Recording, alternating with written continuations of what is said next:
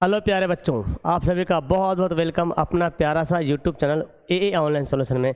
कैसे आप लोग हो? तो बच्चों, जैसे हमने सोशल साइंस पढ़ा मॉडल पेपर, वैसे हम लोग साइंस पढ़ने वाले हैं। काफ़ी इंपॉर्टेंट वीडियो होने वाली है, पूरी वीडियो को ध्यान से देखिएगा। ये है साइंस का मॉडल पेपर। ये मॉडल पेपर में जो प्रश्न है ये कोई ऐसा वैसा प्रश्न नहीं है। बिहार बोर्ड का जो ऑफिशियली मॉडल पेपर था ना, जो हर साल बिहार बोर्ड अपना मॉडल पेपर निकालता है, वही मॉडल पेपर का क्वेश्चन लाया हूँ। बस तरीका अपना है, अपने तरीके से मैंने इसको अरेंज किया है ताकि आपके लिए भी बेनिफिट हो सके। जो बच्चे जुनून बैच में जुड़े हुए हैं उनको ये मॉडल पेपर पूरा मिलेगा। इस मॉडल पेपर में ऑब्जेक्टिव सब्जेक्टिव दोनों है, पूरा सॉल्यूशन के साथ। लेकिन इस वीडियो में हम अभी केवल ऑब्जेक्टिव पढ़ने वाले हैं, सब्जेक्टिव कोई और दिन पढ़ेंगे, ठीक है ना। तो चलिए शुरू करते बिना टाइम वेस्ट किए। तो बच्चों, यहाँ पे क्या है कि साइंस जो है ना, उसका जो है 25-26 परीक्षा में जो है बहुत हेल्प होगा मॉडल पेपर। ये देखिए, ये देख रहे, ये जो क्वेश्चन है ये बस मेरे द्वारा तैयार किया गया है मॉडल पेपर, है ना। लेकिन इसका सारा प्रश्न जो है बिहार बोर्ड का जो ऑफिशियल मॉडल पेपर था उसी से लिया गया है।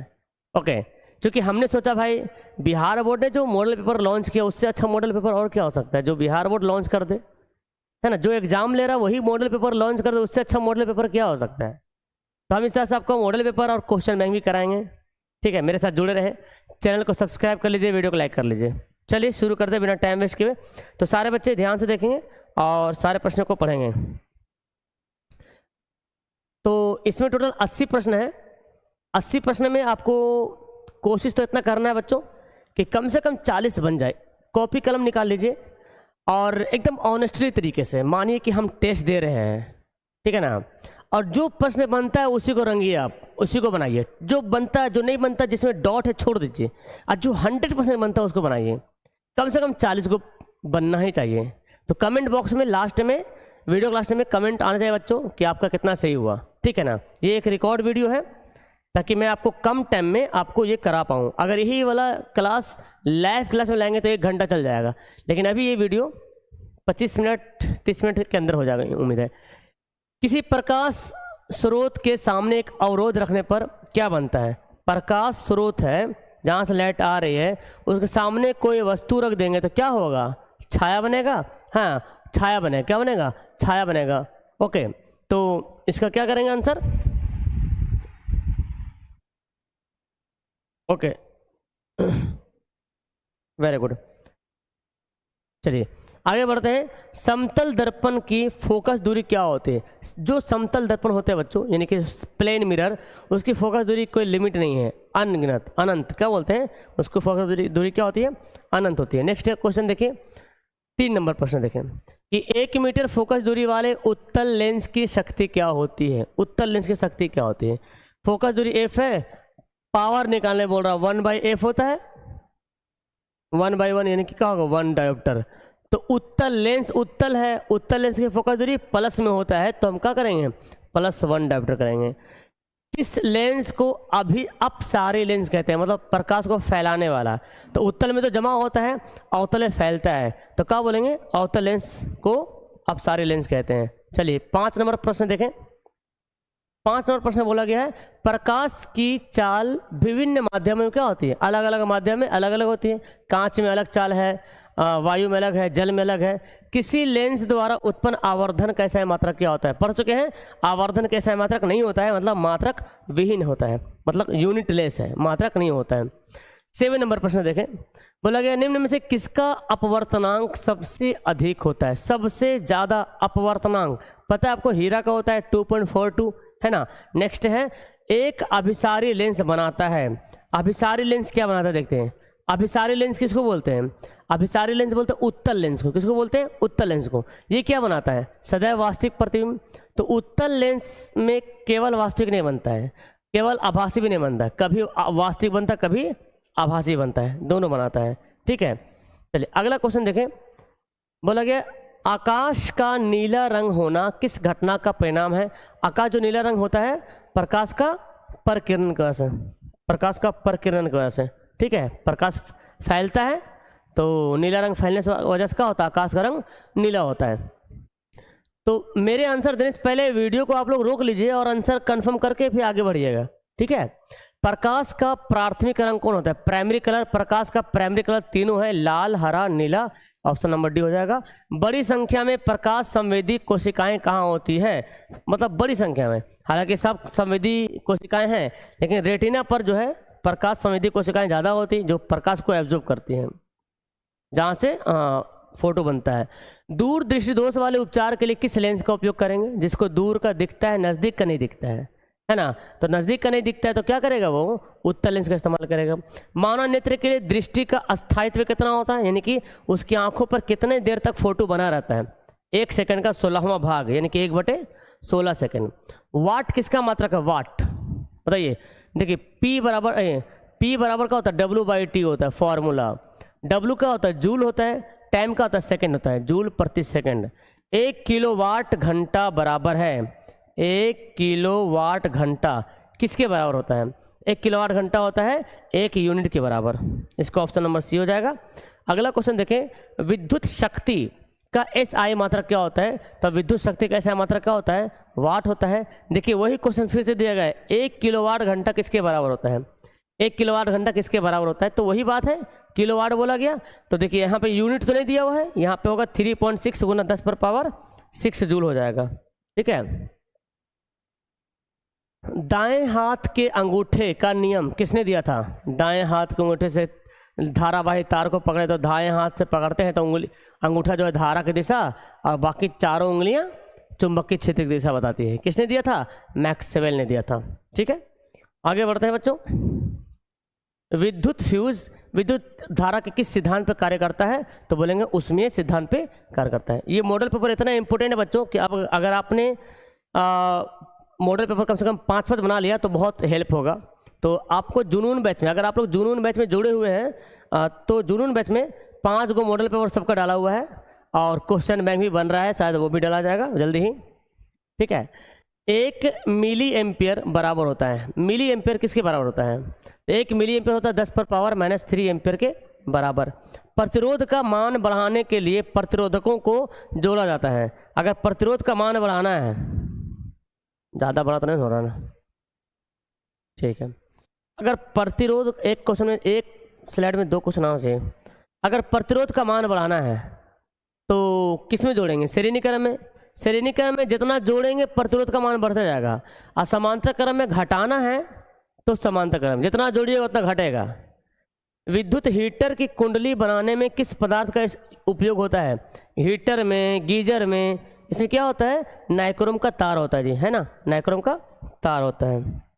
ये रेड कलर मज़ा नहीं आ रहा क्या? चलिए आगे बढ़ते हैं।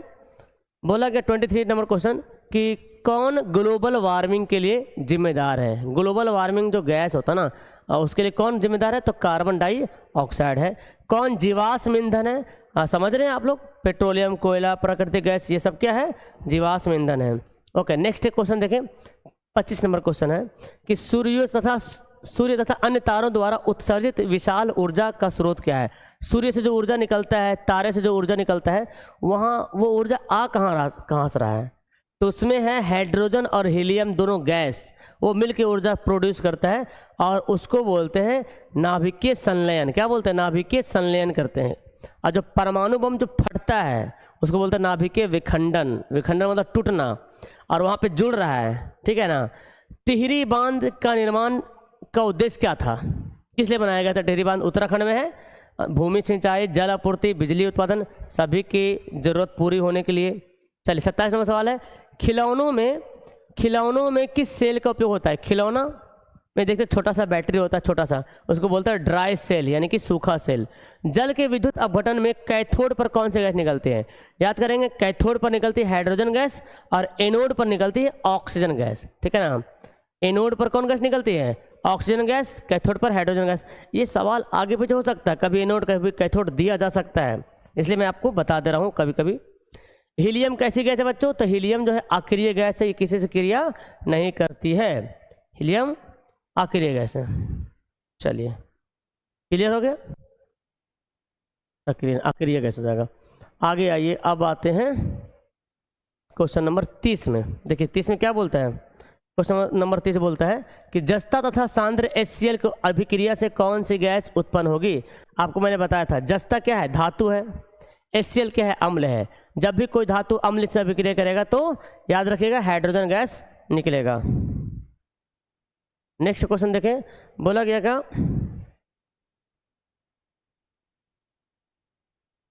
निम्नलिखित में से कौन सी गैस चूने के पानी को दुधिया रंग कर देता है। तो कार्बन डाइऑक्साइड गैस हो जाएगा। कौन बूझा हुआ चूना है, मतलब चूना में पानी डाल दिए तब बुझ जाता है ना, कैल्शियम हाइड्रोक्साइड। चलिए आगे बढ़ते हैं। 33 क्वेश्चन देखिए, टूथपेस्ट सामान्यतः होता है, टूथपेस्ट जो हम लोग ब्रश करते हैं जिससे, कोलगेट जिसको बोलते हैं आम भाषा में, वो एक क्षारीय टाइप का होता है।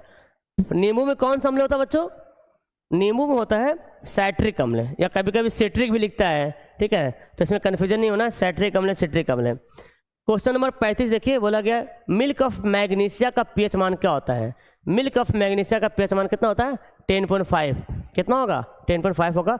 जस्ता का अयस्क कौन है, जस्ता का अयस्क है जिससे जस्ता प्राप्त होता है, तो याद कर लीजिएगा zinc blende, zincite, zinc blende, zincite है ना, कैलेमाइन, ये सब जस्ता का अयस्क है। देखिए बॉक्साइट एल्युमिनियम का है, सिनेबार पारा का है, ये आपको याद करना इंपॉर्टेंट है। क्वेश्चन नंबर 37 बोलता है कि वह धातु जो केवल अम्ल राज में घुलता है, अम्ल राज में ही घुलेगा एक ऐसा धातु, और किसी अम्ल में नहीं घुलेगा, और वो कौन है, वो है सोना। कौन आयनिक यौगिक नहीं है, आयनिक यौगिक में क्या होता है, धातु अधातु होता है, कैल्शियम धातु, क्लोरीन अधातु, तो आयनिक यौगिक है, ये भी आयनिक यौगिक है। ये कार्बन अधातु, ये भी आयनिक, HCl, गलती यहाँ लिखा गया HCl होना चाहिए यहाँ पे, क्योंकि HCN करके कोई यौगिक नहीं होता, HCl होगा, ठीक है ना, तो टाइपिंग मिस्टेक है। तो जो बच्चे बैच में जुड़े हुए हैं तो वो थोड़ा सा, अच्छा हाँ, कभी कभी ऐसे भी हो सकता है बच्चों जो बैच में जुड़े उनके लिए समझिए ध्यान से कि आपका तो PDF डाला हुआ है ऐप में, तो हो सकता है इसमें ऑब्जेक्टिव है, आंसर टाइप करने में ABCD मिस्टेक हो सकता है, तो मैं वीडियो के माध्यम से आपको मैं बता रहा हूँ, आंसर को सुधार लीजिएगा, ठीक है ना। हो सकता है इसमें आंसर में भी कहीं एक दो क्वेश्चन गलत हो, जो बॉक्स बना हुआ आंसर शीट वाला में। देखिए जिंक ऑक्साइड है और कार्बन है, ये बन गया जिंक और कार्बन मोनोऑक्साइड में कौन सा कथन सत्य है। तो जिंक ऑक्साइड से ऑक्सीजन निकल गया, जब ऑक्सीजन निकलता है तो क्या होता है, अपचयन होता है, ठीक है ना। तो देखिए जिंक ऑक्साइड का उपचयित हो रहा नहीं, जिंक ऑक्साइड तो अपचयित हो रहा ना, कार्बन अपचयित हो रहा, कार्बन अपचयित, कार्बन में जुड़ गया ऑक्सीजन, तो कार्बन में तो ऑक्सीजन जुड़ गया, तो कार्बन का होगा उपचयित होगा, तो कार्बन का उपचयित होगा। इसका आंसर शीट में गलती दिया हुआ है तो सुधार लीजिएगा, C होगा, ठीक है। चलिए देख रहे हैं ना कितना जल्दी हो रहा आपका, टाइम बच रहा, इस तरह से वीडियो आपको मिलती रहेगी। चैनल को सब्सक्राइब सारे बच्चे कर लीजिएगा और लाइक वैक कर लीजिएगा, ठीक है ना। सबसे कठोर प्राकृतिक पदार्थ कौन है, सबसे हार्डनेस पदार्थ कौन है, हीरा है। बेंजीन का सूत्र क्या होता है बच्चों, बताइए फटाफट। जैसे मैं सवाल दिखाता हूँ वीडियो को रोक के आप पहले आंसर बनाइए, तब आगे बढ़िएगा वीडियो लेकर, इसलिए मैं रिकॉर्ड वीडियो डाल रहा हूँ, ऐसे रिकॉर्ड वीडियो आपको मिलते रहेगा, ठीक है ना। बेंजीन का सूत्र क्या है, C6H6। आगे बढ़ते हैं। हाइड्रोजन के दो परमाणुओं के बीच कौन सा बंधन होता है, बताया था मैंने, याद होगा। हाइड्रोजन के दो परमाणुओं के बीच सिंगल बॉन्ड होता है। चूने के पानी का रासायनिक नाम क्या है, चूने के पानी का केमिकल नाम calcium hydroxide, CaOH2, calcium hydroxide. चीनी का रासायनिक सूत्र क्या होता है बच्चों, चीनी का रासायनिक सूत्र क्या होता है, केमिकल फॉर्मूला C12H22O11 होता है। कौन सा कार्बनिक यौगिक सर्वाधिक अभिक्रियाशील है, सबसे ज़्यादा रिएक्शन करता है, सबसे जल्दी रिएक्शन करता है, कौन है, वो है एथीन। याद कर लीजिएगा, इसका हिंदी में क्या बोलते हैं, एथीन कहते हैं। Formula C2H4। मेंडलीफ ने अपने आवर्त सारणी तैयार करने के लिए कौन सा मापदंड अपनाया था। तो मेंडलीफ का जो आवर्त सारणी था वो परमाणु द्रव्यमान पर आधारित था, ठीक है ना। 47 देखें, कौन क्षार धातु नहीं है, देखिए कौन सा क्षार है लेकिन धातु नहीं है। मैग्नीशियम क्या है, धातु है। सोडियम क्या है, धातु है। लिथियम, लेकिन सब धातु है। और कौन क्षार धातु, अच्छा कौन क्षार धातु नहीं है बताइए। आपको आपने पढ़ा होगा आवर्त सारणी का जो पहला वर्ग है वो क्षार धातु है। तो पहला वर्ग में सोडियम है, लिथियम है, मैग्नीशियम नहीं है। आवर्त सारणी पढ़े है ना, उसका पहला वर्ग देखिए, उसमें हाइड्रोजन है, लिथियम है, सोडियम है, रुबिडियम है, मैग्नीशियम नहीं है। तो पहला वर्ग को बोला गया क्षार धातु, पहला वर्ग है, तो मैग्नीशियम नहीं। देखिए क्वेश्चन कितना घुमा के दिया है बच्चों। कौन हैलोजन समूह का सदस्य नहीं है? हैलोजन समूह का कौन सदस्य नहीं? पहचानिए, हैलोजन समूह में 4 सदस्य तत्व हैं, ब्रोमीन, क्लोरीन, फ्लोरीन और आयोडीन। इन लगा रहेगा। ब्रोमीन है, ब्रोमीन, पहले तो फ्लोरीन हो गया, सबसे ज़्यादा विद्युत ऋणात्मक तत्व वही है फ्लोरीन, फिर ब्रोमीन, फिर क्लोरीन भी है और आयोडीन है। फ्लोरीन, क्लोरीन, ब्रोमीन, आयोडीन, याद रखिएगा, है ना। मैं लिख देता हूँ, फ्लोरीन, क्लोरीन, ब्रोमीन, आयोडीन, ये है हैलोजन तत्व। आगे बढ़ते हैं तो क्वेश्चन नंबर 47 देखते, 49 बोलता है जस्ता की परमाणु संख्या कितनी होती है? जस्ता, ओके, सारे बच्चे कमेंट करेंगे, इसका आंसर क्या होगा? जस्ता की परमाणु संख्या।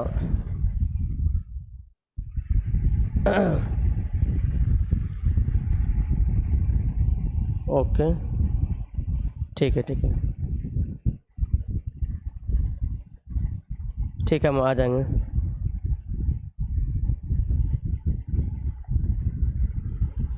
ठीक है, ओके, चलिए। तो जस्ता की परमाणु संख्या बताना आपको कितना है?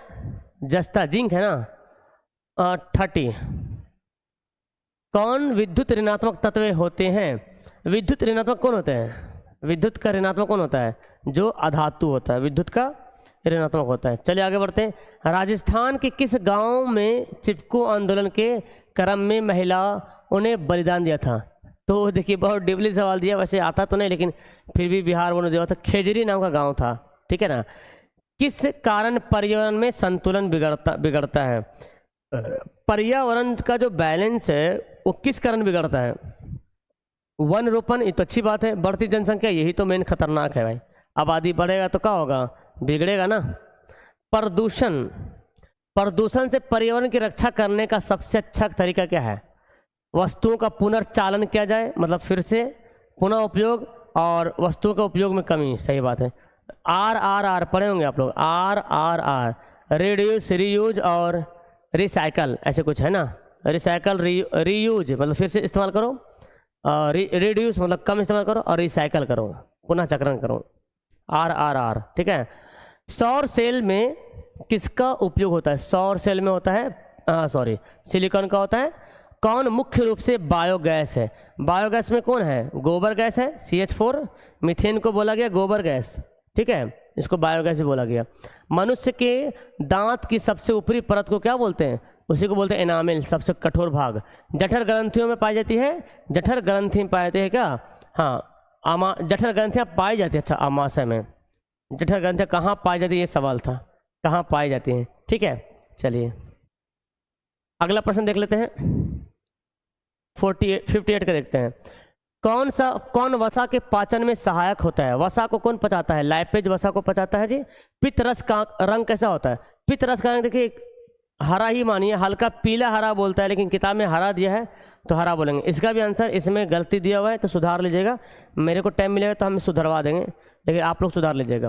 पौधे में श्वसन होता है, पौधे में जो श्वसन होता है वो तीनों से होता है, पत्ती, तना, जड़ से होता है। हरे पौधे रात में कौन सी गैस उत्सर्जित करती है? रात में ये पौधा जो है ना मानव की तरह ऑक्सीजन ही छोड़ता है। किण्वन के परिणाम स्वरूप ATP कितना बनता है? किण्वन के परिणाम स्वरूप 38 ATP बनता है। डायस्टोलिक रक्तचाप होता है ना। सिस्टोलिक ऊपर का है, डायस्टोलिक नीचे का है। अनुशीतलन, शीतलन, तो 120/80 था, तो डायस्टोलिक कितना हो जाएगा? 80। चलिए 64 पढ़ते हैं बच्चों। जब पौधों में वाष्पोत्सर्जन होता है, मतलब वो जल जो है वाष्प के रूप में बाहर निकलना, और ये किसके द्वारा होता है? ये पत्तियों के द्वारा होता है। अस्थि क्या है? अस्थि मतलब हड्डी क्या है?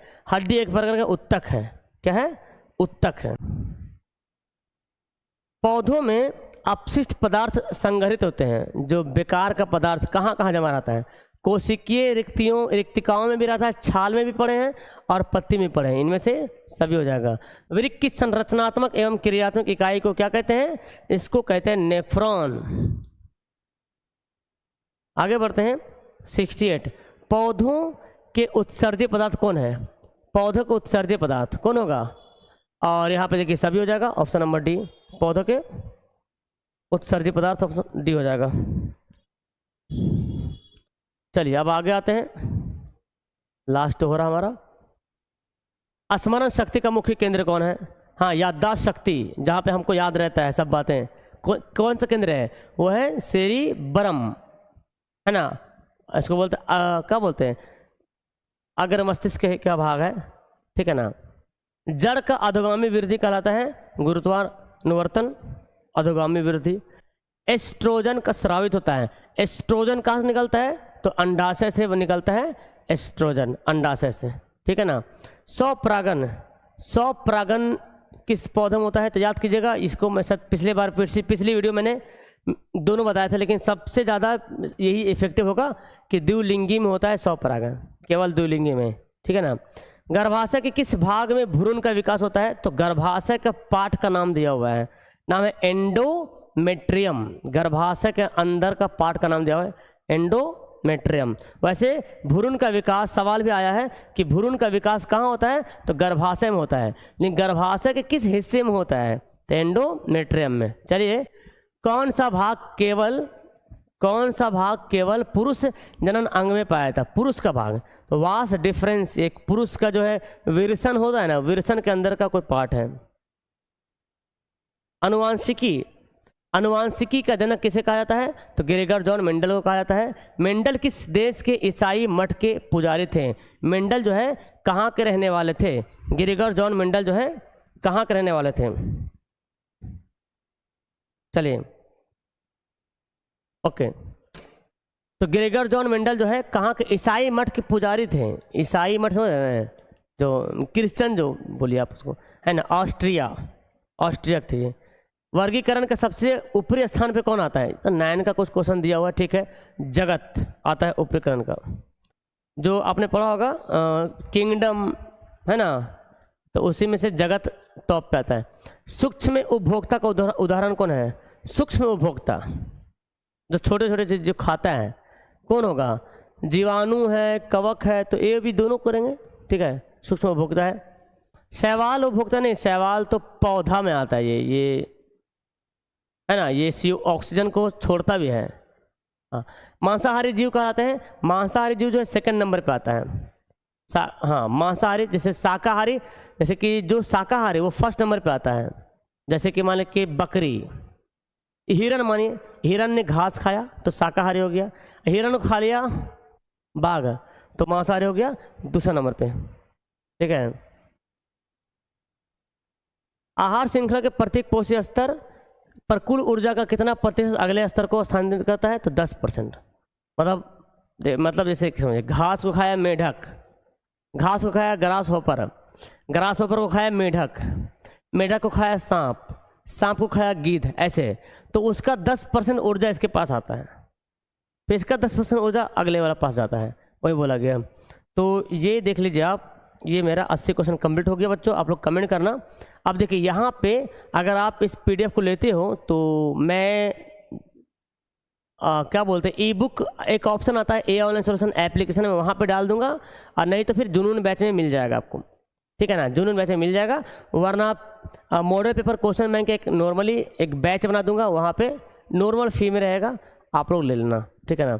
तो ये देखो सारा सब्जेक्टिव क्वेश्चन है, इसका आंसर भी यहाँ पे, और इसमें जो आंसर दिया हुआ ना, एक किताबी भाषा नहीं है, ये अपने शब्दों में आंसर दिया गया है, तो आपको याद करने बहुत आसानी होगी। और मैं तो एकदम ध्यान ये बोलना चाहता हूँ कि अगर आपने 5 मॉडल पेपर और 5 क्वेश्चन बैंक अच्छा से कर लिया ना, तो भाई बिंदास होकर एग्जाम में चले जाना, टेंशन नहीं लेना। इतना तो है 80% क्रॉस कर जाओगे, 100%, ठीक है ना। तो ये कभी टाइम मिलेगा तो मैं इसको करवाऊंगा, पूरा बना हुआ पूरा, है ना।